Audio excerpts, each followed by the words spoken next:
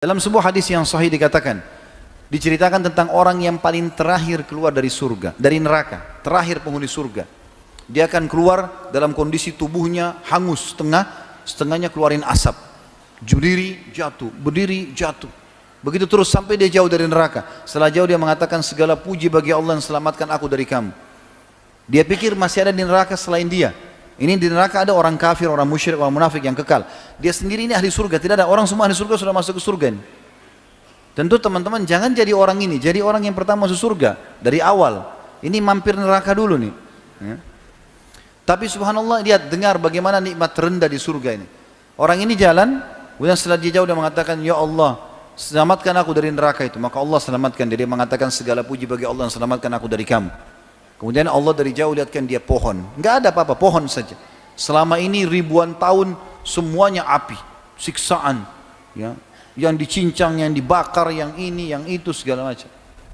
Maka kata dia waktu lihat pohon itu, ya Allah saya ingin pohon itu. Bagaimana sih kalau kita lagi panas terik matahari, kita ingin naungan di bawah pohon? Saya ingin pohon itu. Kata Allah, hai anak Adam, kira-kira kau minta yang lain enggak? Dia bilang tidak ya Allah, saya tidak akan minta yang lain, pohon itu saja.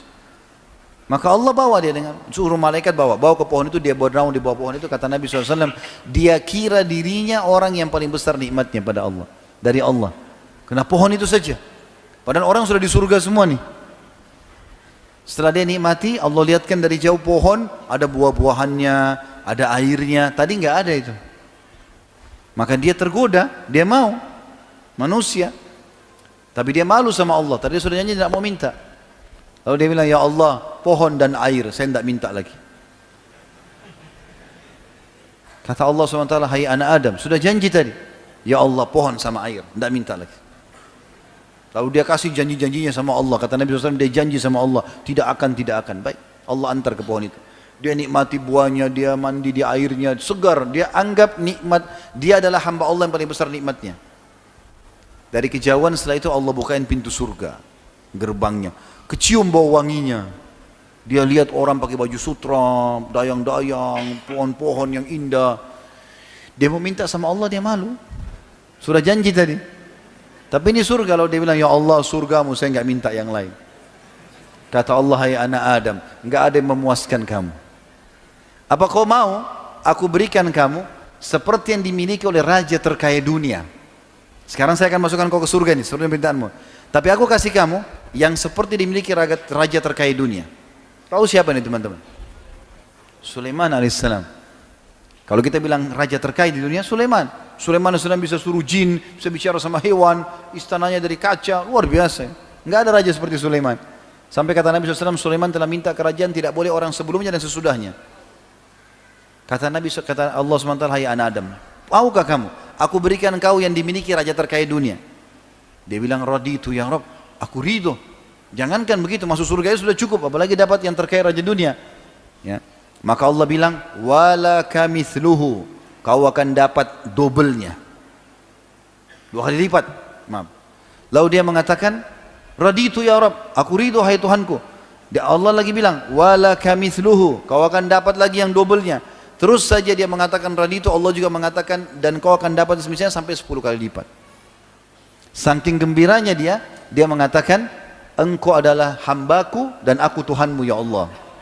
Dia balik karena bahagianya dia. Jadi teman-teman, surga yang dijanjikan ini depan mata. Ada orang mati syahid di perang Khaybar. Orang ini baru masuk Islam, baru syahadat.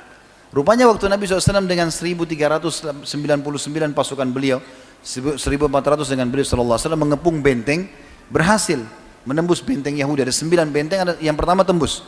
Lalu Nabi SAW bagi-bagi harta rampasan perang. Rupanya orang ini pantau peperangan Nabi SAW. 40 hari dia lihat tiap hari peperangan Nabi. Maka dia tertarik lihat Islam.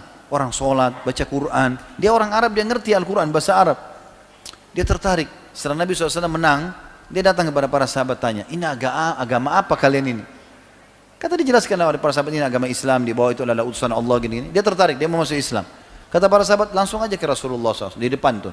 Nabi SAW lagi bagi-bagi harta rampasan perang. Setelah dibagi-bagi, atau sementara dibagi-bagi, orang ini mengatakan, ya Rasulullah, saya seseorang dari suku Arab Badui, tertarik dengan agama Islam, saya ingin masuk Islam. Kata Nabi SAW, baiklah. Asyhadu an la ilaha illallah wa anna Muhammad Rasulullah. Sederhana, 2 kalimat. Syahadat. Syahadat dia. Lalu kata Nabi SAW kepada orang yang sedang membantu beliau bagi-bagi harta rampasan perang, kasih juga orang ini. Karena dia hadir pada pembagian harta perang. Bagi. Kata orang itu, ya Rasulullah, saya masuk Islam bukan untuk ini. Saya udah biasa hidup susah di padang pasir, saya nggak mau harta. Saya mendengar teman-teman Anda berkata, kalian datang ke sini untuk mati dan masuk surga. Dibunuh sama orang kafir, masuk surga. Apa benar ya Rasulullah? Iya benar. Kalau begitu ya Rasulullah, yang saya ingin satu saja. Panahnya orang Yahudi ini kena di sini, tembus di sini. Dia tunjuk titiknya di sebelah kiri dadanya. Kena di sini, tembus di sini. Kata Nabi SAW, kalau kau jujur, tulus, Allah kasih kau itu. Sudah. Akhirnya dia pergi. Dia gabung sama pasukan umat Islam. Nabi SAW bagi rampasan perang. Nabi suruh gerak pasukan, ayo ke benteng yang kedua. Kepung nih. Begitu dikepung, strategi orang Yahudi berperang pada saat itu melemparin anak-anak panah dari dalam benteng ke arah pasukan muslimin. Begitu terus, mereka pengecut, nggak mau ketemu. Maka pada saat itu dilempar anak panah. Subhanallah, anak panah Yahudi yang pertama terlemparkan kena ke orang ini. Dan uniknya, kena di titik yang dia tunjuk. Di sini, tembus di sini. Mati dia, jatuh. Terbunuh. Nabi SAW melihat ada orang terbunuh, karena orang semua tidak mati kecuali dia. Ya tinggal dia yang jatuh. Yang lain kena pas pakai perisai tertahan. Orang ini mati.